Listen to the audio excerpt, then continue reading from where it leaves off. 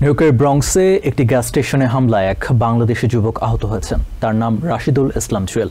হামলার সময় Morris অ্যাভিনিউয়ের gas স্টেশনে কর্মরত ছিলেন তিনি। স্টেশনের ভেতরের স্টোর থেকে এক দুর্বৃত্ত মালামাল লুট করার সময় তাকে বাধা দেন জুয়েল। এ সময় হামলার শিকার হন তিনি। এই ঘটনায় জড়িত দুর্বৃত্তকে গ্রেফতার করেছে এনওয়াইপিডি।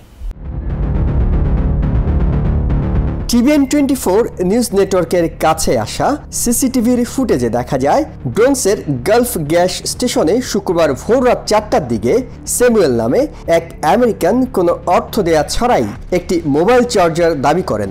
এই সময় স্টোরের ভেতরে কর্তব্যরত বাংলাদেশি রাশিদুল ইসলাম জুয়েল তা দিতে অপারগতা জানানোয় দোকানের ভেতরে ভাঙচুর শুরু করেন স্যামুয়েল। রাশিদুল তাৎক্ষণিক স্টোরের মূল দরজা তালাবদ্ধ করে 911-এ কল করেন। এই সময় ক্ষিপ্ত হয়ে ক্যাশের ভেতরে ঝাঁপিয়ে পড়েন স্যামুয়েল। রাশিদুলের সাথে ধস্তাধস্তির এক পর্যায়ে তাকে আঘাত করতে থাকেন তিনি। রাশিদুল ক্যাশের দরজা আটকে ধরে নিজেকে রক্ষার চেষ্টা চালান। এই সময়টা দোকানের ভেতরে ভাঙচুরের পাশাপাশি বেশ কিছু এনার্জি ড্রিঙ্ক নিয়ে চলে যাওয়ার চেষ্টা করেন স্যামুয়েল। এর মধ্যে পুলিশ এসে তাকে আটক করে।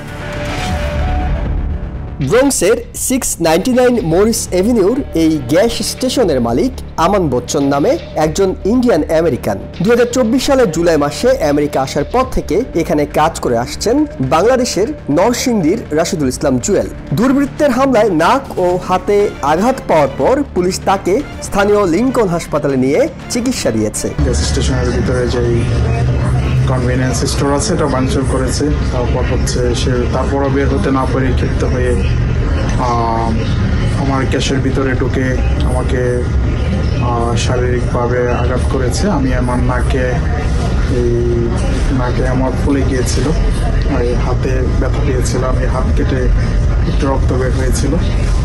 তো আমি কোমরে এবং হাঁটুতেও ব্যথা পেয়েছি। তারপর আমি পুলিশকে কল করেছিলাম। পুলিশ কলে থাকা অবস্থায় পুলিশ এসেছে। পুলিশ এসে তাকে অ্যারেস্ট করেছে, ওই ডাকাতকে অ্যারেস্ট করে নিয়ে গেছে আর আমাকে অ্যাম্বুলেন্সে মেডিকেলে নিয়ে গিয়েছিল।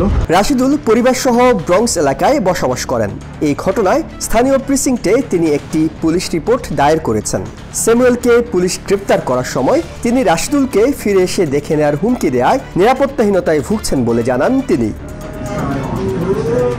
হিসান জুয়েল, টিভিএন 24, নিউ ইয়র্ক।